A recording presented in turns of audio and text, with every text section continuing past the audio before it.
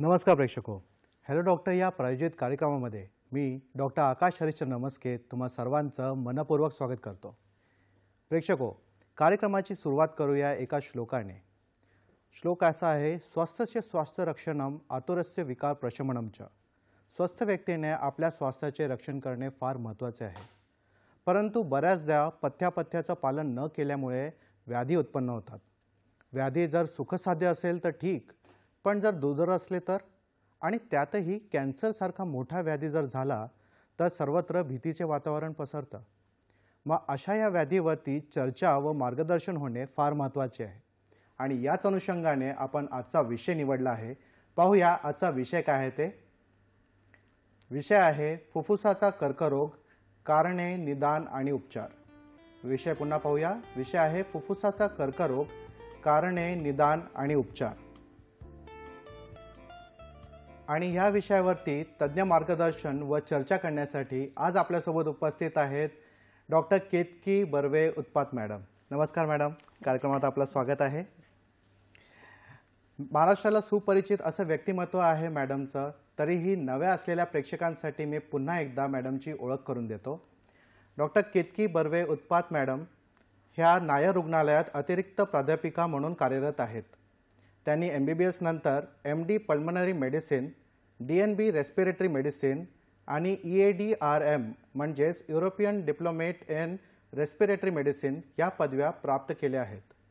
त्यांचे दमा, निद्राविकार, TB आणि कर्करोग या रोगांवरती विशेष प्रावीण्य आहे।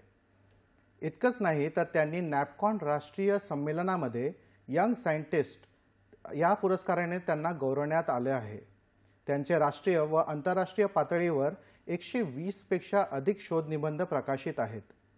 त्यांच्या संशोधनाला इंडियन चेस सोसायटीद्वारे सर्वोत्कृष्ट संशोधनाचे आणि प्रकाशनाचे पारितोषिक त्यांना मिळालेले आहे। चला तर मुख्य कार्यक्रमाकडे वळूया। मॅडम, पुन्हा एकदा तुमचं या कार्यक्रमामध्ये स्वागत आहे। धन्यवाद। मॅडम, आजचा आपला विषय आहे फुफ्फुसांचा कर्कविकार। तर हे जे फुफ्फुसांचा आपण कर्करोगावरती पुढे जाऊयाच, पण प्राकृत फुफ्फुस कसा असतो याबद्दल जरा आम्हाला सांगा। तर आपली श्वसन संस्था जी आहे ती आपल्या नाकापासून सुरू होते आणि आपल्या फुफ्फुसापर्यंत जाते।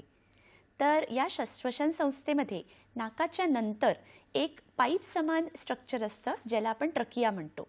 ही ट्रकिया थोडी पुढे जाऊन दोन ट्यूबसारख्या स्ट्रक्चरमध्ये विभागली जाते। यांना आपण राईट अँड लेफ्ट मेन ब्रॉन्कस म्हणतो, आणि राईट अँड लेफ्ट मेन ब्रॉन्कस प्रत्येकी एक एक फुफ्फुसाला जन्म देतात। म्हणजे ह्यूमन बॉडीमध्ये दोन फुफ्फुस लंग्स असतात। तर बेसिकली आपल्या श्वसन संस्थेचं काम आहे ऑक्सिजन आपल्या शरीराच्या आत घेणं आणि कार्बन डायऑक्साईड आपल्या शरीराच्या बाहेर फेकणं। तर आपलं नाक, आपली ट्रकिया आणि ब्रॉन्काय हे या हवेचे आणि वायूची देवाणघेवाणीचे काम करतात। तसंच आपलं जे फुफ्फुस आहे हे फुफ्फुस आपली जी हवा आपण घेतो ती आपल्या रक्तामध्ये मिसळते, त्याच्या आधी ते त्याच्या शुद्धीकरणाचं काम करतं। तर बेसिकली आपल्या फुफ्फुस जे आहे हे एक स्पंज सारखं स्ट्रक्चर आहे, आणि ह्याच्यात अनेक छोटे छोटे फुग्याच्या आकाराचे स्ट्रक्चर्स असतात, ज्याला आपण वायुकोश किंवा अल्व्हिओलाय म्हणतो। मग अनेक अल्व्हिओलाय मिळून एक रेस्पिरेटरी ब्रॉन्क्युल बनतो, आणि अशा अनेक ब्रॉन्क्युल्स मिळून एक लोब बनतो। तर आपल्या उजव्या बाजूच्या फुफ्फुसात 3 लोब्स असतात आणि आपल्या डाव्या बाजूच्या फुफ्फुसात 2 लोब्स असतात। ओके, तर फुफ्फुसाची प्राकृत अवस्था आपल्याला कळलेली आहे। मॅडम, आजचा आपला जो विषय आहे फुफ्फुसांचा कर्करोग, हा कर्करोग म्हणजे नेमकं काय आजार आहे आणि यामध्ये म्हणजे हे कसं होतं याबद्दल जरा सांगा। तर आपल्या शरीरामध्ये अनेक पेशी असतात। या सगळ्या शरीरातल्या पेशी आपल्या दैनंदिन आयुष्यात दररोज हळूहळू प्रकाराने म्हणजे वाढत असतात, आणि ही ग्रोथ अतिशय सूक्ष्म गतीने चाललेली असते। आपल्याला ती जाणवत सुद्धा नाही, पण कधीतरी कुठल्या तरी कारणामुळे ही ग्रोथ ही अनियंत्रित आणि बेछूट होते, आणि त्यालाच आपण मायटोसिस असं म्हणतो, अनरेग्युलेटेड मायटोसिस। आणि ही अनियंत्रित वाढ जेव्हा पेशींची होते तेव्हा त्या पेशींमध्ये एक मांसाचा गोळा, ज्याला आपण ट्यूमर असं म्हणतो, तो तयार होतो।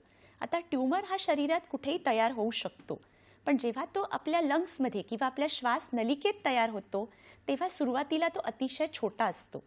तेव्हा त्याची आपल्याला कुठली लक्षणंही दिसत नाहीत, पण हा ट्यूमर आपल्या शरीरात कदाचित निर्माण झालेला असू शकतो। आणि त्याच्यानंतर हा ट्यूमर हळूहळू आकाराने वाढायला लागतो आणि जसा जसा तो आकाराने वाढायला लागतो तसा तो त्याच्या आजूबाजूंच्या पेशींवर अतिक्रमण करतो. मग हळूहळू फुफ्फुसात तो एका लोबमधनं दुसऱ्या लोबमध्ये पसरू शकतो, त्याच्यानंतर फुफ्फुसाच्या बाहेर पसरू शकतो, छातीच्या मध्ये पसरू शकतो आणि जेव्हा लंग कॅन्सरचे स्टेजेस पुढे पुढे जातात तेव्हा हा ट्यूमर शरीरात अनेक वेगवेगळ्या अवयवांमध्ये सुद्धा पसरून अतिक्रमण करू शकतो. बरोबर.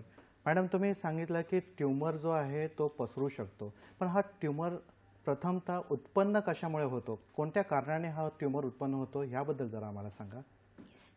तर हे नीट समजून घेणं अतिशय महत्त्वाचं आहे. आता हा ट्यूमर निर्माण होतो त्या प्रक्रियेला आपण कार्सिनोजेनेसिस म्हणतो. तर आपल्या प्रत्येकाच्या शरीरात थोड्या ना थोड्या प्रमाणात काही ॲबनॉर्मल पेशी असतात, पण काही कारणास्तव या ॲबनॉर्मल पेशी इतक्या जास्त प्रमाणात वाढतात की त्याचा ट्यूमर निर्माण होतो. आता याची कारणं अनेक आहेत. या कारणांपैकी काही कारणं ही आपल्या नियंत्रणात असतात, ज्याला आपण मॉडिफायबल रिस्क फॅक्टर्स असं म्हणतो, तर काही कारणं आपल्या हातामध्ये नसतात. त्याचे नॉन मॉडिफायबल रिस्क फॅक्टर्स आहे. त्यातलं एक प्रमुख रिस्क फॅक्टर म्हणजे जेनेटिक प्रिडिस्पोजिशन, म्हणजे अनुवांशिकतः एखाद्या रुग्णाला कॅन्सरच्या पेशी जर मिळाल्या असतील आणि त्या जास्त प्रमाणात असतील तर त्याच्या आयुष्याच्या कालावधीमध्ये कधीतरी या पेशी ट्यूमरचं स्वरूप घेऊ शकतात. कधी कधी या पेशी सुप्त स्वरूपात म्हणजे सायलेंट फॉर्ममध्ये सुद्धा राहतात, तर त्या रुग्णाला त्याच्या आयुमानामध्ये कॅन्सर होत नाही, परंतु त्या रुग्णाच्या पेशी त्याच्या पुढच्या जनरेशन्समध्ये जशा ट्रान्समिट होतात तसं त्या जनरेशन्समध्ये कुठल्याही पेशंटला कॅन्सर या पेशींमुळे होऊ शकतो. तर हे आहे जेनेटिक प्रिडिस्पोजिशन. याच्यावर आपला कंट्रोल नसतो. हो, पण काही अंशतः त्याच्यावर आपण कंट्रोल आहे असं म्हणू शकतो, कारण जेव्हा काही ह्यांच्यामध्ये पेशंट्समध्ये एक नात्यामध्ये लग्न केलं जातं, ते कदाचित जवळचं नातं असतं, दूरचं नातं असतं, ज्याला आपण कॉन्सॅन्ग्युइनस मॅरेज म्हणतो. त्याच्यामुळे हे जे जेनेटिक मिक्सिंग होतं ते नीटच्या प्रमाणात होत नाही आणि त्याच्यामुळे कॅन्सरचं प्रिडिस्पोजिशन थोडं जास्त प्रमाणात असतं. ज्या मॉडिफायबल रिस्क फॅक्टर्स असतात त्याच्यामध्ये सगळ्यात अतिशय महत्त्वाचं म्हणजे 90% कॅन्सर ज्याच्यामुळे होतो असं रिस्क फॅक्टर म्हणजे धूम्रपान. तर धूम्रपान हे सिगरेट स्मोकिंग असू शकतं, बिडी स्मोकिंग असू शकतं, सिगार असू शकतं, हुक्का असू शकतं, गांजा असू शकतं.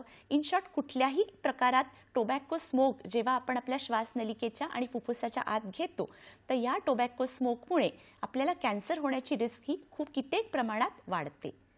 तसंच वाढत्या वायू प्रदूषणामुळे सुद्धा अनेक नॉक्शियस गॅसेस यांच्याशी आपला सामना करावा लागतो. हे कारण आपण तसं बघायचं तर काही अंशतः हे प्रिव्हेंटेबल आहे, पण काही अंशतः जसं अर्बन लाईफस्टाईल आहे, रॅपिड आपले सगळे लाईफस्टाईल आहे, त्याच्यामध्ये हे खूपशा अमाऊंटमध्ये आपल्या हातात नसतं. आणखीन काही कारणं जसं आपण बघू शकतो ती म्हणजे आपलं जे ऑक्युपेशन आहे, आपण जी कामं करतो, तर काही ऑक्युपेशन्समध्ये लंग कॅन्सर होण्याची शक्यता जास्त असते.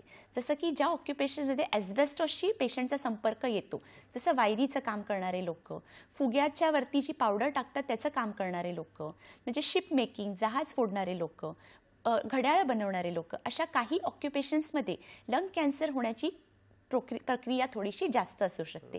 माइन्समध्ये वगैरे काम करणं, या सगळ्यामुळे लंग कॅन्सरचं प्रिडिस्पोजिशन हे वाढतं. मॅडम, तुम्ही आता हे कॅन्सर कशामुळे होतं त्याचे कारणं जर सांगितलं आहे.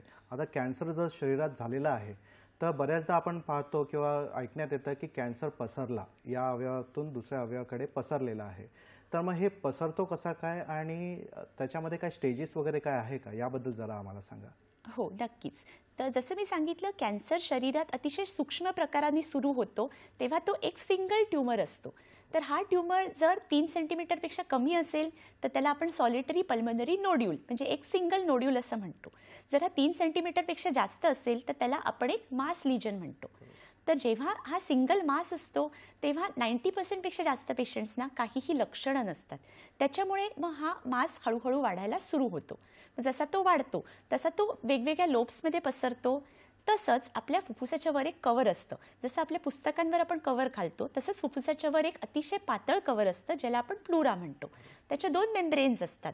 विसेरल प्लुरा जी लंग्सला अतिशय निकट लागून असते आणि परायटल प्लुरा त्याच्यापेक्षा थोड्याशा अंतरावर असते. तर या 2 प्लुराच्या मध्ये सुद्धा हा मास पसरतो आणि त्याच्यापेक्षा पुढच्या स्टेजेसमध्ये जसं आपण म्हणतो स्टेज 2 अँड बियॉन्ड हा फुफ्फुसाच्या बाहेर हळूहळू पसरायला लागतो. आपल्या फुफ्फुसाच्या मध्ये सुद्धा आणि आपल्या शरीरामध्ये अनेक प्रोटेक्टिव्ह छोट्या छोट्या गाठी असतात ज्याला आपण लिम्फ नोड्स म्हणतो, जे आपलं रक्त शुद्धीकरणाचं काम करतात. तर हळूहळू हा कॅन्सर जसा पसरतो तसा तो लिम्फ नोड्सवरती एन्क्रोच आणि अतिक्रमण करायला लागतो. त्याच्या पुढच्या टप्प्यांमध्ये हा कॅन्सर आपल्या बरगड्यांमध्ये, आपल्या श्वसनाच्या स्नायूंमध्ये, तशाच आपल्या श्वासपटलामध्ये ज्याला आपण डायफ्राम म्हणतो त्याच्यामध्ये पसरतो. हा झाला स्टेज 3. आणि त्याच्या पुढे म्हणजे ॲडव्हान्स स्टेज जेव्हा स्टेज 4 आपण म्हणतो तेव्हा तो कॅन्सर हा फुफ्फुसापेक्षा थोड्याशा अंतरावर असलेल्या अवयवांमध्ये जसं की आपल्या पोटामध्ये, लिव्हरमध्ये किंवा पुढे वरती जाऊन आपल्या हृदयामध्ये, गळ्यामध्ये, गळ्याच्या रक्तवाहिन्यांमध्ये, आपल्या अन्ननलिकेमध्ये, आपल्या स्वरतारांमध्ये किंवा मग मेंदूमध्ये सुद्धा पसरू शकतो. तर याला आपण स्टेज 4 कॅन्सर किंवा ॲडव्हान्स लंग कॅन्सर असं म्हणतो. बरोबर. मॅडम, तुम्ही आता सांगितलं की कोणकोणत्या अवयवावरती हे कॅन्सरचे लक्षणं दिसू शकतात किंवा हे पसरण कसं काय होऊ शकतं.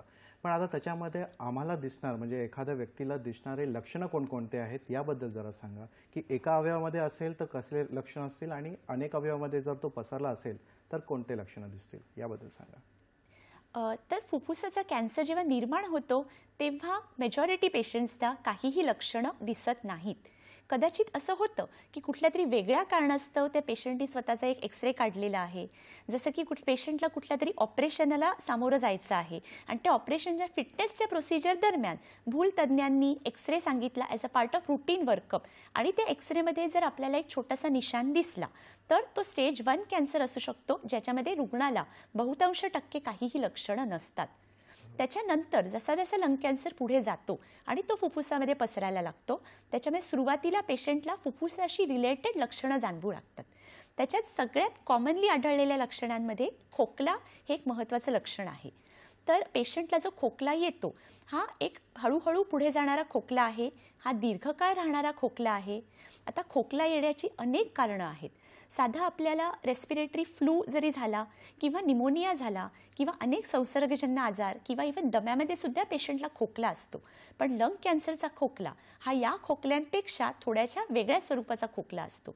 म्हणजे आपला जो संसर्गजन्य आजाराचा खोकला आहे हा अँटीबायोटिक्सनी किंवा इन्फेक्शन कमी करणाऱ्या औषधांनी थोडा कंट्रोलमध्ये येतो किंवा आपला दम्यामुळे किंवा ॲलर्जीमुळे होणारा जो खोकला आहे त्याच्यावरती आपल्या श्वासनलिका रुंद करण्याची जी औषधं आहेत त्याच्याने हा खोकला कमी होतो. पण लंग कॅन्सरचा जो खोकला असतो हा जनरली ह्या कॉमन दिलेल्या उपचारांना प्रतिसाद देत नाही आणि अतिशय चिवट असा हा खोकला असतो. हा कधी कधी एकदा सुका खोकला असू शकतो किंवा पेशंटला खोकल्यामध्ये पल्गम म्हणजे स्पुटम किंवा फ्लेम असा असू शकतो. हा कधी कधी आपला व्हाईट कलरचा डिस्चार्ज पडू शकतो किंवा त्याच्यात येलो किंवा ग्रीन कलरचा सुद्धा डिस्चार्ज पडू शकतो. त्याच्यानंतर खोकल्याच्या व्यतिरिक्त एक अतिशय महत्त्वाचं लक्षण आहे ज्याला आपण म्हणतो खोकल्या वाटे पेशंटला रक्त पडणं. तर याला आपण हिमॉप्टायसिस असं म्हणतो. तर हे हिमॉप्टायसिस जसं लंग कॅन्सरमध्ये दिसू शकतं तसं ते फुफ्फुसाच्या अन्य आजारांमध्ये जसं ट्युबरक्युलोसिस किंवा निमोनियाज याच्यामध्ये सुद्धा दिसू शकतं.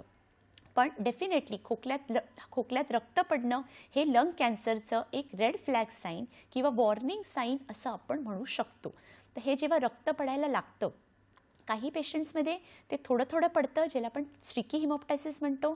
काही पेशंट्समध्ये हे रक्त अतिशय जास्त प्रमाणात पडतं ज्याला आपण मॅसिव्ह हिमॉप्टायसिस असं म्हणतो. याच्या व्यतिरिक्त जसा जसा हा कॅन्सर श्वास नलिकेवरती अतिक्रमण करतो तशामध्ये आपल्याला वायूच्या देवाणघेवाणीमध्ये अडथळा निर्माण होतो आणि पेशंट्सला दमसुद्धा लागायला लागतो. तर हा दमसुद्धा जो असतो तो सुरुवातीला पेशंट्सला जिने चढल्यावरती लागतो. हळूहळू पेशंटचा हा दमा जसा पुढे जातो तसा पेशंटला लेवल ग्राउंडवरती चालल्यानंतर आणि पुढच्या टप्प्यांमध्ये तर पेशंटला बसल्या बसल्या सुद्धा दम लागतो. तर ही लक्षणं जनरली लंग कॅन्सर जेव्हा फुफ्फुसामध्ये मर्यादित असतो तेव्हा आपल्याला दिसतात. हळूहळू लंग कॅन्सर जसा पसरतो त्याप्रमाणे जेव्हा तो लंग कॅन्सर शरीराच्या इतर अवयवांमध्ये पसरतो तेव्हा त्या त्या अवयवांशी रिलेटेड पेशंटला लक्षणं दिसायला लागतात. जसं पेशंटला समजा लंग कॅन्सर अन्ननलिकेमध्ये पसरला तर पेशंटला गिळायला त्रास होऊ शकतो कधी कधी हा लंग कॅन्सर आपल्या स्वरतारावरती सुद्धा एन्क्रोचमेंट म्हणजे अतिक्रमण करतो, तेव्हा पेशंटचा आवाज हा घोगरा होऊ लागतो. पेशंटला जेव्हा पोटामध्ये हा कॅन्सरचा हा प्रादुर्भाव होतो तेव्हा पेशंटला अन्न न जाणं किंवा गॅसेस फार फ्रिक्वेंट प्रमाणात होणं ही लक्षणं आपल्याला दिसायला लागतात. कधी कधी पोटात पाणीसुद्धा होतं. जसा जसा लंग कॅन्सर हा मेंदूमध्ये वगैरे पसरतो तसं पेशंटला अचानक कधी कधी आकडी येणं, पेशंटला फ्रिक्वेंटली खूप हेडेक होणं ही लक्षणं आपल्याला दिसायला लागतात. फारच सविस्तर अशी माहिती दिली तुम्ही. लक्षणं कोणकोणते आहेत आणि कोणकोणत्या अवयवामध्ये पसरल्यावर कर्करोगाचे कोणकोणते लक्षणं दिसतील याबद्दल तुम्ही खूप छान अशी माहिती दिली. प्रेक्षको, चर्चा रंगत आली आहे. चर्चा आपण पुढे नेणारच आहोत, पण एका छोट्याशा विश्रांतीनंतर. कुठेही जाऊ नका, पाहत राहा आपला आवडता कार्यक्रम हॅलो डॉक्टर. ब्रेकनंतर तुमचं पुन्हा स्वागत आहे. आपण आज चर्चा करत आहोत फुफ्फुसांचा कर्करोग या विषयावरती. आपण ब्रेकवरती जाण्यापूर्वी फुफ्फुसांच्या कर्करोगाचे कोणकोणते लक्षणे आहेत त्याबद्दल जाणून घेतलं. तर आता हे लक्षणं घेऊन जर एखादा पेशंट आला तर मग त्यावरती निदान कसे करतात याबद्दल आपण जाणून घेऊया. मॅडम, काय सांगाल? तर जेव्हा आपल्या फुफ्फुसाशी रिलेटेड लक्षणं घेऊन एखादा पेशंट येतो तर तेव्हा ते अतिशय सिस्टमॅटिकली त्याचं इव्हॅल्युएशन केलं जातं. सगळ्यात पहिले तर आपल्याला त्या रुग्णाची एक डिटेल मेडिकल हिस्ट्री घेणं फार महत्त्वाचं असतं. म्हणजे प्रत्येक लक्षण हे कुठल्या काळापासून आहे पेशंटला, त्या लक्षणामुळे मध्ये कुठले कुठले उपचार केले गेलेले आहेत, त्याच्यात पेशंटला किती आराम आलेला आहे ह्याची एक डिटेल हिस्ट्री घेतली जाते. त्याच्यानंतर पेशंटच्या फिजिकल एक्झामिनेशन पेशंटचं केलं जातं, ज्याच्यामध्ये पेशंटला ॲनिमिया आहे का, तसंच काही पेशंट्समध्ये शरीरातलं ऑक्सिजन कमी झाल्यामुळे आपल्या बोटाचा आकार जो आहे, बोटाच्या नखांचा आकार जो आहे तो असा गोलाकार होतो. याला आपण आपल्या मेडिकल लँग्वेजमध्ये क्लबिंग असं म्हणतो. तर हे सुद्धा लंग कॅन्सरचं एक सुरुवातीचं लक्षण असू शकतं, ते आपण चेक करतो. त्याच्यानंतर स्टेथोस्कोपच्या उपयोगाने आपण पेशंटचे जे श्वसनाचे साऊंड्स आहेत ते आपण बघतो, ज्याला आपण ऑस्कल्टेशन म्हणतो. मग या साऊंड्समध्ये आपल्याला समजू शकतं की पेशंटला त्याच्या श्वसन क्रियेमध्ये अडथळा आहे किंवा पेशंटच्या छातीत कफ भरलेला आहे हे आपल्याला समजू शकतं. याच्यानंतर पेशंट्सचे काही रक्ताचे टेस्ट केले जातात, ज्याच्यात आपल्याला समजतं की पेशंटच्या रक्तामध्ये पांढऱ्या पेशी किती आहेत, पेशंटचं हिमोग्लोबिन किती आहे, तसंच पेशंटच्या रिनल आणि लिव्हर पॅरामीटर्स कसे आहेत. या व्यतिरिक्त अतिशय महत्त्वाची रेडिओलॉजीची चाचणी म्हणजे पेशंटच्या छातीचा एक्सरे. तर पेशंटच्या छातीच्या एक्सरेमध्ये आपल्याला सुरुवातीच्या कालावधीमध्ये जर पेशंट आला तर आपल्याला पेशंटच्या छातीमध्ये एक सिंगल निशाण किंवा एक मास असं दिसू शकतं, किंवा जर पेशंट पुढच्या स्टेजेसमध्ये आपल्याकडे आला तर या मासच्या सोबत पेशंटला छातीमध्ये कधी कधी पाणी आहे हे आपल्याला दिसू शकतं. आपल्याला दुसऱ्या बाजूच्या फुफ्फुसामध्ये सुद्धा या कॅन्सरचं अतिक्रमण झालेलं दिसू शकतं. तसंच पेशंटच्या बरगड्यांमध्ये अशा ठिकाणी सुद्धा कॅन्सरचं अतिक्रमण झालेलं आहे का हे आपल्याला या एक्सरेमध्ये दिसू शकतं. तसंच आणखीन एक महत्त्वाचं इन्व्हेस्टिगेशनमध्ये छातीचा सिटी स्कॅन. एक्सरेमध्ये आपल्याला जे दिसतं त्या सगळ्या फाइंडिंग सिटी स्कॅनमध्ये आपल्याला आणखी डिटेल प्रकाराने आपल्याला दिसू शकतं की हा लंग कॅन्सरचा आकार नक्की कसा आहे, त्याच्या बॉर्डर्स कशा आहेत, त्याची साईज किती आहे, तो फुफ्फुसामध्ये कुठे कुठे पसरलेला आहे, तसंच या लंग कॅन्सरच्या आतमध्ये काही रक्तवाहिन्या आहेत का, तो आपल्या श्वासनलिकेपासून किती अंतरावर आहे, जेणेकरून आपल्याला समजू शकतं की आपला पुढचा प्लॅन ऑफ ॲक्शन हा काय असायला हवा. हे आपल्याला सगळं आपल्या सिटी स्कॅनमध्ये समजू शकतं. तसंच सिटी स्कॅनमध्ये ह्याची एक डिटेल इन्फॉर्मेशन मिळाल्याच्या नंतर मग पेशंटला पुढे थोड्याशा ॲडव्हान्स मोडॅलिटीजच्या इन्व्हेस्टिगेशन्सला आपण पाठवू शकतो. याच्यात एक अतिशय महत्त्वाची जी टेस्ट आहे ज्याला आपण फुफ्फुसाच्या दुर्बिणीची चाचणी असं म्हणतो, त्याला ब्रॉन्कोस्कोपी आपल्या मेडिकल टर्म्समध्ये म्हटलं जातं. तर ब्रॉन्कोस्कोपीमध्ये पेशंटच्या नाकावाटे किंवा पेशंटच्या तोंडावाटे एक दुर्बीण ज्याला एक कॅमेरा असतो ती इन्सर्ट केली जाते. ती एका पाईपच्या स्वरूपाची असते आणि त्याच्यात आपल्याला श्वासनलिकेमध्ये गाठ आहे का हे दिसतं. बरोबर. आपण ही चर्चा पुढे नेऊयाच. आपल्याला या चर्चेच्या वळणावरती एक टेलिफोन कॉल आलेला आहे. मंगला आपटे बोलत आहेत पुण्याहून. नमस्कार, आपला प्रश्न विचारा. हा नमस्कार. मला असा प्रश्न विचारायचा आहे, फुफ्फुसाचा कॅन्सर झाला तर त्या लोकांनी व्यायाम काय करावा आणि कोमट पाणी प्यावं का, आणि त्याचा एक्सरे काढल्यानंतर ते सुरुवातीला थोडंसं हे पण नंतर त्यांचं व्यवस्थित तब्येत राहण्याचे अजून तुम्ही काय मार्गदर्शन करू शकाल? धन्यवाद. येस, अतिशय सुंदर त्यांनी प्रश्न विचारलेला आहे. तर फुफ्फुसाचा जो कॅन्सर आहे हा झाल्यानंतर काही करण्याच्या पेक्षा तो न होणं ह्याच्याकरता आपण काय करू शकतो हे अतिशय महत्त्वाचं आहे. जसं आपण म्हणतो prevention is better than cure. तर फुफ्फुसाचा कॅन्सर न होणं ह्याच्यासाठी आपण आपल्या फुफ्फुसाची दैनंदिन आयुष्यात काळजी घेणं खूपच महत्त्वाचं आहे. आणि ही गोष्ट आपल्याला बऱ्याच वेळेला दुर्लक्षित आपण आपल्या हेक्टिक लाईफस्टाईलमध्ये करतो आणि आपल्या फुफ्फुसाला आपण खूप वेळेला गृहीत धरतो. तर तसं न करता आपल्या फुफ्फुसाला निरोगी आणि हेल्दी ठेवणं हे फारच महत्त्वाचं असतं. तर फुफ्फुसाचे व्यायाम असतात हे खरं तर अतिशय सोपे व्यायाम आहेत. त्याला कुठल्याही ट्रेनिंगची आवश्यकता नाही आहे आणि हे कोणीही करू शकतं. तर त्याच्या सगळ्यात सोपे काही व्यायाम आहेत ते म्हणजे एक दीर्घ प्रकारे श्वास घेणं ज्याला आपण डीप ब्रीदिंग म्हणतो. ठीक आहे. त्याच्यासोबत आपले जे योगचे व्यायाम असतात ज्याच्यामध्ये अनुलोम विलोम एका नाकपुडीने दीर्घ श्वास घेणं, दुसऱ्या नाकपुडीने श्वास सोडणं किंवा प्राणायामाचे काही प्रकार जसं की भस्त्रिका प्राणायाम किंवा डायफ्रामॅटिक एक्सरसाइजेस जे आपण म्हणतो हे सुद्धा आपण आपल्या डे टू डे लाईफमध्ये करू शकतो. त्याच्या व्यतिरिक्त जसं मॅडम म्हणाले आत्ता की गरम पाणी पिण्याचा उपयोग होतो का, तर डेफिनेटली गरम पाणी पिण्याचा हे फुफ्फुसासाठीच नाही तर आपल्या घशासाठी आपल्या श्वासनलिकेसाठी फायद्याचं आहे. तर हे पाण्याचं टेम्परेचर इतपत असलं पाहिजे की आपल्या पेशींवरती त्याचा काही दुष्परिणाम होणार नाही. म्हणजे जसं आपण चहा फुंकून पिऊ शकतो तसं ते गरम पाणी आपण फुंकून पिऊ शकू इतपत ते गरम हवं. त्याच्यासोबत आपण समजा एक्सरे वगैरे पेशंटचा केला तर त्याच्यामध्ये डेफिनेटली आपल्याला लंग कॅन्सर आधी समजू शकतं. पण केवळ घाबरून आपण एक प्रिव्हेन्शन म्हणून एक्सरे वारंवार करणं हे सुद्धा एवढं सजेस्टेबल नाही आहे. कारण की एक्सरे हे शेवटी एक रेडिएशन आहे आणि त्याचेही दुष्परिणाम असतात. तर आपण समजा पेशंटला लक्षणं असतील किंवा फॅमिली हिस्ट्री असेल तर नक्कीच आपण पेशंटचा एक्सरे करू शकतो. आपण मॅडम निदानबद्दल बोलत होतात तर Yes.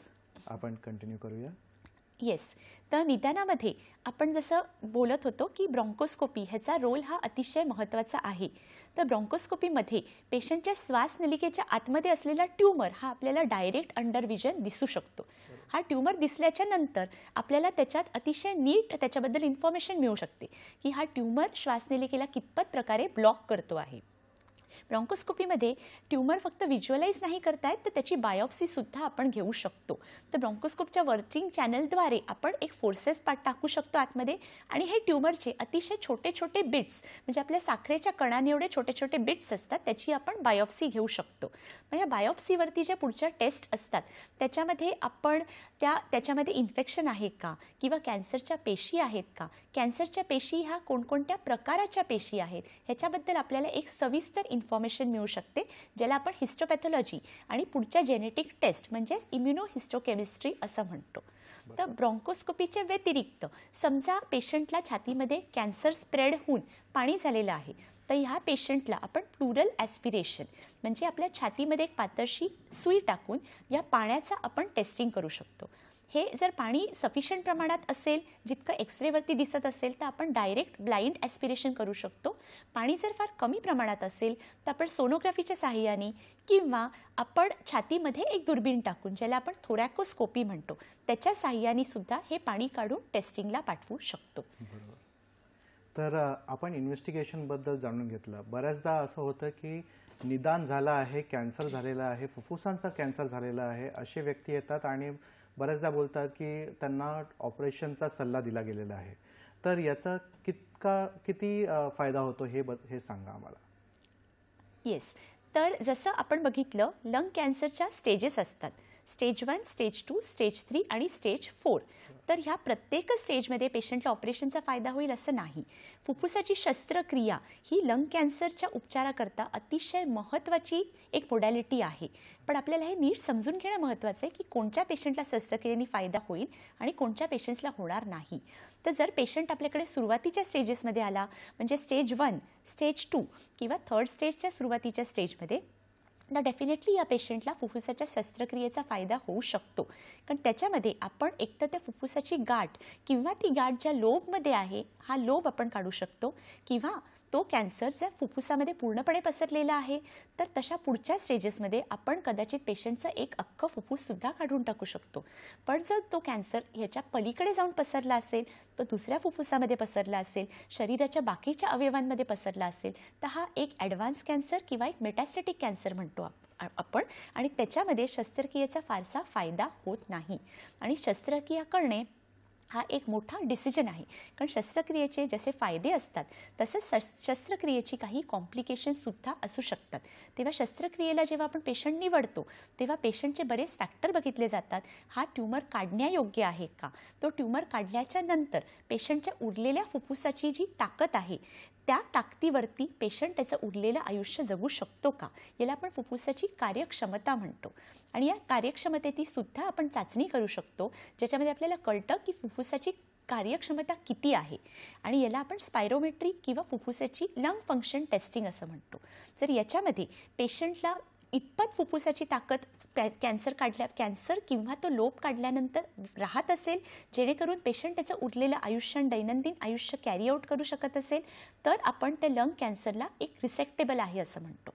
त्या व्यतिरिक्त पेशंटच्या बाकीच्या मेडिकल कोमॉर्बिड जे असतात, जसं की समजा डायबिटीस असेल, हृदयविकार असेल, किडनीचा आजार असेल किंवा ब्लड प्रेशर असेल, तर ह्या मेडिकल कोमॉर्बिडिटीजचं ऑप्टिमायझेशन म्हणजे त्याचं योग्य प्रकारे ट्रीटमेंट आणि त्यांना कंट्रोलमध्ये करणं हे सुद्धा ऑपरेशनच्या आधी फार महत्त्वाचं असतं. मॅडम, बऱ्याचदा आपण पाहतो की कॅन्सरच्या उपचार पद्धतीमध्ये किमोथेरपी आणि रेडिओथेरपीचा पण उल्लेख झालेला आहे. तर ही जी थेरपी आहे ही कोणाला दिली जाते याबद्दल जरा सांगा. येस, तर लंग कॅन्सरच्या ट्रीटमेंटमध्ये किमोथेरपी आणि रेडिओथेरपी हे सुद्धा अतिशय महत्त्वाचे असतात. तर बऱ्याच वेळेला जेव्हा पेशंट आपल्याकडे येतो तेव्हा ऑलरेडी तो पुढच्या स्टेजेसच्या कॅन्सरमध्ये असतो, तर अशा वेळीस पेशंटला शस्त्रक्रिया ही शक्य नसते. अशा पेशंट्सला लंग कॅन्सरमध्ये किमोथेरपी आणि रेडिओथेरपी हे निश्चितच एक वरदान आहे. तर किमोथेरपी आणि रेडिओथेरपी अशा पेशंट्समध्ये सुद्धा दिली जाऊ शकते जी ॲडव्हान्स कॅन्सरमध्ये असतात. तर या पेशंट्सला किमोथेरपीच्या सहाय्याने आपण आपल्या IV द्वारे किंवा मग ओरली घेतलेल्या टॅबलेट्सद्वारे अशी काही औषधं देतो ज्याच्याने लंग कॅन्सरच्या पेशी मरतात. किंवा रेडिओथेरपीच्या सहाय्याने एक हाय इंटेन्सिटी किरणांच्या द्वारे आपण या लंग कॅन्सरच्या पेशींना मारण्याचा प्रयत्न करतो. अशा प्रकारे हा ट्यूमरचा साईज कमी होऊ शकतो. तसंच पेशंटला त्याच्यामुळे येणाऱ्या लक्षणांमध्ये सुद्धा बऱ्याच प्रमाणात आराम येऊ शकतो. पण परत किमो आणि रेडिओथेरपीचे जसे फायदे असतात तसे त्याचेही काही दुष्परिणाम आपल्या शरीरावर असू शकतात. तर हे किमो किंवा रेडिओथेरपी जे आहे ते आपल्या कॅन्सरच्या सेल्सला मारण्यासाठी टार्गेटेड असतात. पण कधीकधी जसं कॅन्सरच्या सेल्स त्यांच्यामध्ये मरतात त्याप्रमाणे आपल्या नॉर्मल पेशीसुद्धा ज्या आहेत त्यासुद्धा कधीकधी या प्रक्रियेमध्ये नष्ट होऊ शकतात, ज्यामुळे मग पेशंटची रोगप्रतिकारशक्ती कमी होते, पेशंट्सला वेगवेगळ्या प्रकारची इन्फेक्शन्स होण्याची संभावना असते आणि कधीकधी पेशंट्सला आणखीनसुद्धा साईड इफेक्ट होतात. जसं पेशंट्सला खाणं पिणं कमी होऊन जातं, पेशंटला खूप जास्त मळमळतं, पेशंट्सला उलट्या होतात. या प्रकाराचे अनेक साईड इफेक्ट्स अशा पेशंट्समध्ये होऊ शकतात.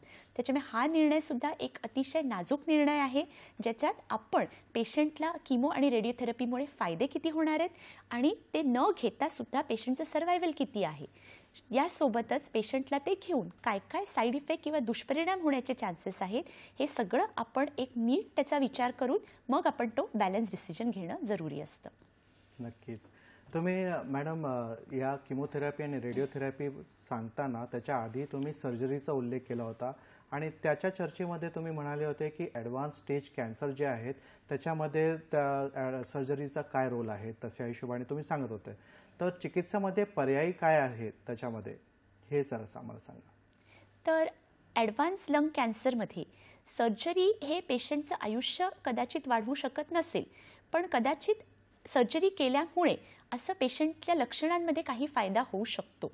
तर ॲडव्हान्स लंग कॅन्सरमध्ये सर्जरी जी आहे ती थोडीशी वेगळ्या प्रकारची असते. समजा पेशंटच्या छातीमध्ये पाणी असेल तर पेशंटच्या छातीमध्ये ट्यूब टाकून ते पाणी काढणं, फुफ्फुसाची जी कवर्स असतात त्यांना एकमेकांना चिटकवून ते पाणी न बनणं याच्यासाठी आपण काही प्रयत्न करू शकतो. तर ह्याला एक पॅलिएटिव्ह मोडॅलिटीज ऑफ सर्जरी आपण म्हणतो. तर सर्जरीचा रोल हा वेगवेगळ्या टप्प्यांमध्ये वेगवेगळा असतो. फुफ्फुसाच्या कर्करोगाच्या सुरुवातीच्या टप्प्यांमध्ये सर्जरी जो आहे त्याचा एम पेशंटच्या आयुष्याचा कालावधी वाढवणं असा असतो. तसंच ॲडव्हान्स कॅन्सरमध्ये सर्जरीचा एम हा पेशंटच्या जरी आपण आयुष्य वाढवू शकत नसलो तरी त्या जेवढं पेशंटचं आयुष्य आहे त्याच्यात पेशंटचा क्वालिटी ऑफ लाईफ सुधारणं हा त्या सर्जरीचा एम असू शकतो. मॅडम, आपण चिकित्साबद्दल चर्चा करत आहोत. चिकित्सा तर आपण जे आहे किमोथेरपी, रेडिओथेरपी किंवा सर्जरी याचा आपण अवलंब करू शकतो. पण जर आपल्याला कॅन्सर होऊ नये असं विचार करायचा असेल तर काही आहार सेवनामध्ये काही पथ्यापथ्य आहे का, याबद्दल जरा आम्हाला सांगा. येस, तर हे अतिशय महत्त्वाचं आहे, कारण लंग कॅन्सर हा एक असा कर्करोग आहे जो बहुतांश टक्के प्रिव्हेंटेबल आहे. तर आपण कालच म्हणजे 1 ऑगस्टला जागतिक कर्करोग दिवस आपण पाळला. तर दरवर्षी हा ऑगस्टच्या महिन्यात पाळला जातो आणि ऑगस्टचा महिना हा कॅन्सर प्रिव्हेन्शन आणि कॅन्सर अवेअरनेस करता आहे. तर या वर्षीच्या कर्करोगाची थीमच आहे lung cancer stand United for lung cancer awareness. म्हणजे आपण सगळे एकत्र येऊन लंग कॅन्सरबद्दलची आपण जागरूकता वाढवायला हवी. तर लंग कॅन्सर किंवा शरीरातल्या इतर कुठल्याही कॅन्सरच्या प्रतिबंधनात आहाराचा अतिशय महत्त्वाचा भाग आहे. तर आपला जो आपण आहार घेतो हा आपल्या रोजच्या आयुष्यात बऱ्याच वेळेला आपण आहाराकडे तितकंसं लक्ष देत नाही. म्हणजे आपण आपल्या आहाराच्या वेळेला केवळ आपल्या पोट भरण्याकरता म्हणून आहार घेतो. पण आपण जसं म्हणतो अन्न हे पूर्ण ब्रह्म असतं. तर आपण बऱ्याच वेळेला आपल्या शरीराला गृहीत धरतो आणि आपला आहार हा समतोल म्हणजे बॅलन्स नसतो. तर आपल्याला ह्या गोष्टीकडे लक्ष देणं खूप महत्त्वाचं आहे.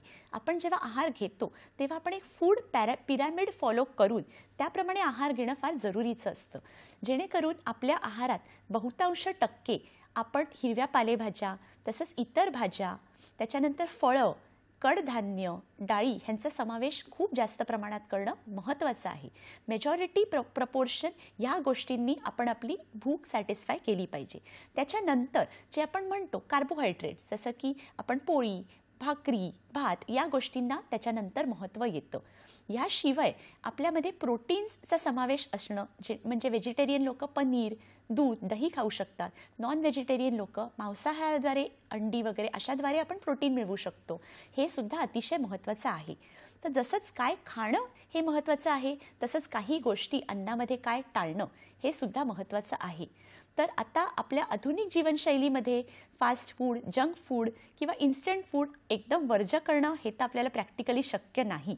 पण आपण या गोष्टींचं सेवन हे जितक्या कमी प्रमाणात करू ते जास्त महत्त्वाचं आहे. आपण प्रोसेस्ड फूड, पॅक्ड फूड हे जेव्हा आपण खातो तेव्हा त्याच्यात अनेक प्रकारचे प्रिझर्वेटिव्ज असतात आणि या प्रिझर्वेटिव्समध्ये सुद्धा अनेक कार्सिनोजेनिक म्हणजे लंग कॅन्सरला प्रिडिस्पोज करणारे घटक असू शकतात. ते आपल्या रोजच्या आयुष्यात आपण छोट्या प्रमाणात खात असतो, आपल्याला लक्षात येत नाही. त्याच्या व्यतिरिक्त जेव्हा आपण हे अन्न खातो तेव्हा शक्यतो ताजं अन्न खाणं हे फार महत्त्वाचं आहे. आपण रेफ्रिजरेट करून खातो किंवा मायक्रोवेव्ह आपण वापरतो, हे आता आपल्या आधुनिक जीवनशैलीचा एक अविभाज्य भाग आहे. ते जितकं कमी करू शकतो तितकं अधिक चांगलं. आपण चर्चा पुढे नेणारच आहोत. आपल्याला एक टेलिफोन कॉल आलेला आहे. कॅप्टन महाजन बोलत आहेत तासगावहून. नमस्कार, आपला प्रश्न विचारा. सर, मी डॉक्टर विसम महाजन बोलतोय तासगावहून. नमस्कार. की नॉर्मल पेशी आणि लंग कॅन्सर पेशी किंवा एकूण कॅन्सर पेशी यांचे मायक्रोस्कोपिक स्ट्रक्चर, सायटोप्लाझम, न्यूक्लियसची पोझिशन यामध्ये काय फरक असतो एवढं प्लीज प्रेक्षकांना सांगितलं तर बरं होईल. धन्यवाद. अतिशय सुंदर प्रश्न विचारला यांनी. सर स्वतः डॉक्टर आहेत. तर सर, डेफिनेटली लंग कॅन्सर पेशींचं स्वरूप काय आहे हे आपल्याला स्टडी करणं इम्पॉर्टंट असतं. आपल्या शरीराच्या नॉर्मल पेशी ज्या आहेत त्याच्यापेक्षाही लंग कॅन्सरच्या पेशी ह्या बऱ्याचशा प्रमाणात ह्या वेगळ्या असतात.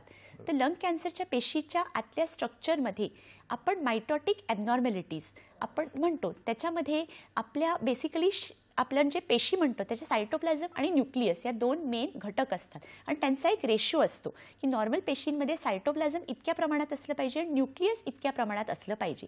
तर ह्यांचा एकमेकींशी असलेला जो रेशो असतो हा हळूहळू ॲबनॉर्मल व्हायला सुरू होतो. त्या पेशी एकमेकांना चिकटायला सुरू होतात आणि या पेशींच्या स्ट्रक्चरमध्ये जे चेंजेस असतात ते हळूहळू आपल्याला मग मायक्रोस्कोपमध्ये दिसतात.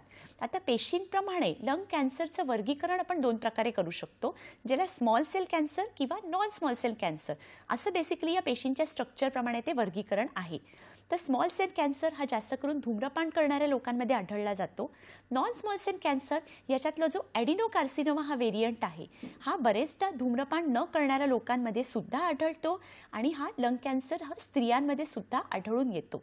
तर बरेच वेळेला आपल्याला हे गैरसमज असतात की लंग कॅन्सर हा फक्त पुरुषांमध्ये होतो किंवा फक्त धूम्रपान करणाऱ्या व्यक्तींमध्ये होतो. तर तसं नसून तो कोणामध्येही होऊ शकतो. तर असं या पेशींच्या वर्गीकरणाप्रमाणे आपण लंग कॅन्सरचे हिस्टोपॅथॉलॉजिकल सब क्लासिफिकेशन आपण पुढे करू शकतो. मॅडम, आपण आहाराबद्दल सांगत होतात, आपण त्याला कंटिन्यू करूया. येस, तर आहाराबद्दल जसं आपण बोललो की आपल्या आधुनिक जीवनशैलीमध्ये आपण जितकं कृत्रिम प्रकारे जे अन्न बनवलं जातं ते आपण जितकं मी टोटल अवॉइड नाही म्हणू शकणार, पण त्याचं प्रमाण आपण निश्चितपणे डोळसपणे थोडंसं कमी करायला पाहिजे. आधी साध्या सोप्या गोष्टी असतात. एखादा आपल्याला कुठली गोष्ट मायक्रोवेव्हमध्ये जरी वापरायचं असेल तरी आपण किती वेळा ती काचेच्या बाउलमध्ये ट्रान्सफर करून हीट करतो. बऱ्याच वेळेला असं होत नाही. आपण कुठल्या तरी फॉईलमध्ये कुठल्या तरी प्लास्टिक कंटेनरमध्ये ते हीट करतो किंवा बऱ्याच वेळेला तेच अन्न हे पुन्हा पुन्हा आपण गरम करून खातो किंवा रेफ्रिजरेट करून बरेच दिवस आपण कधी कधी एखादी गोष्ट खातो किंवा कॅन्ड फूड जे असतात ते आपण खातो.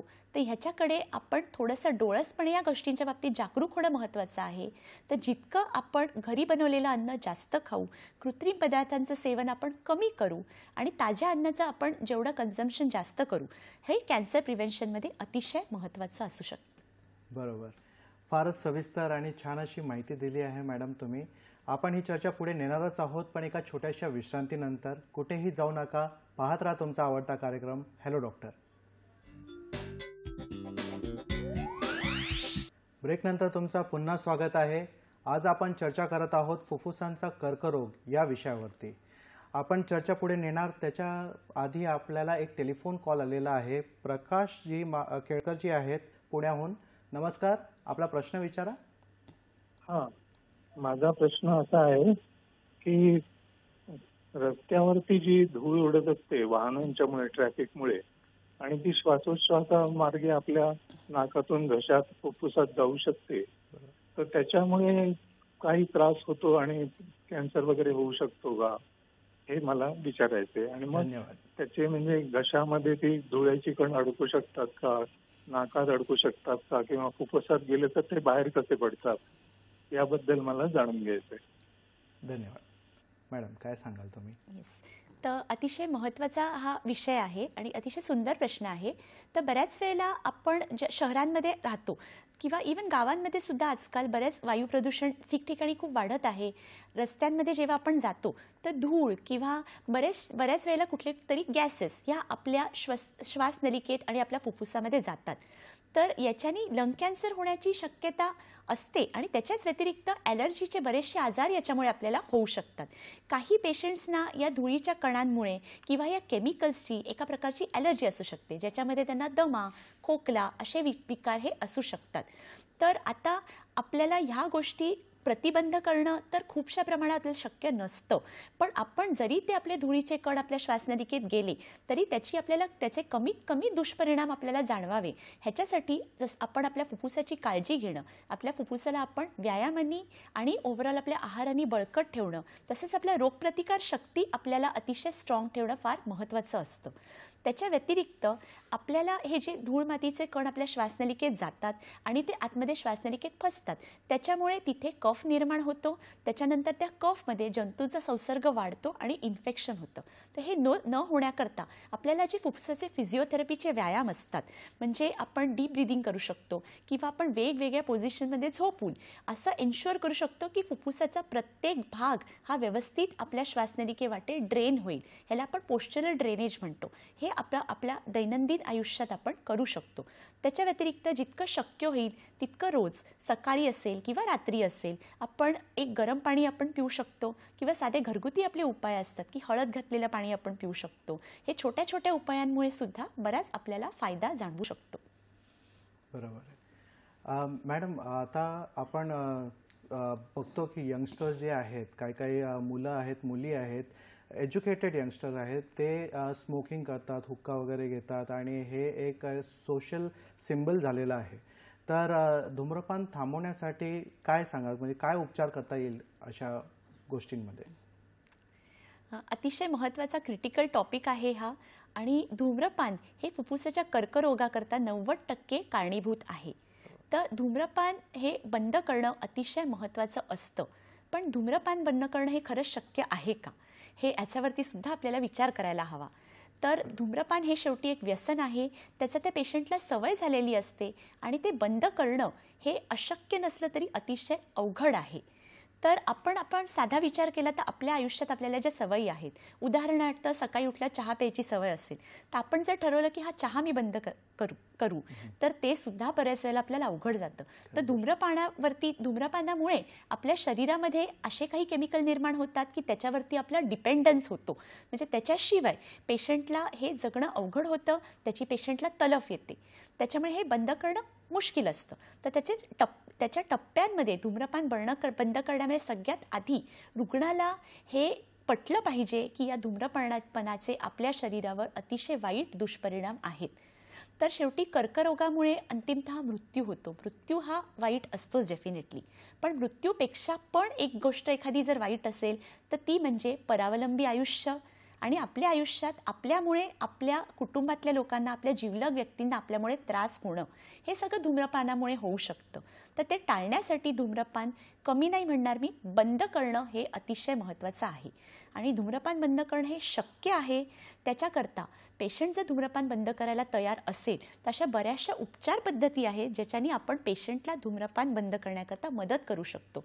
यामध्ये वैद्यकीय औषधं असतात.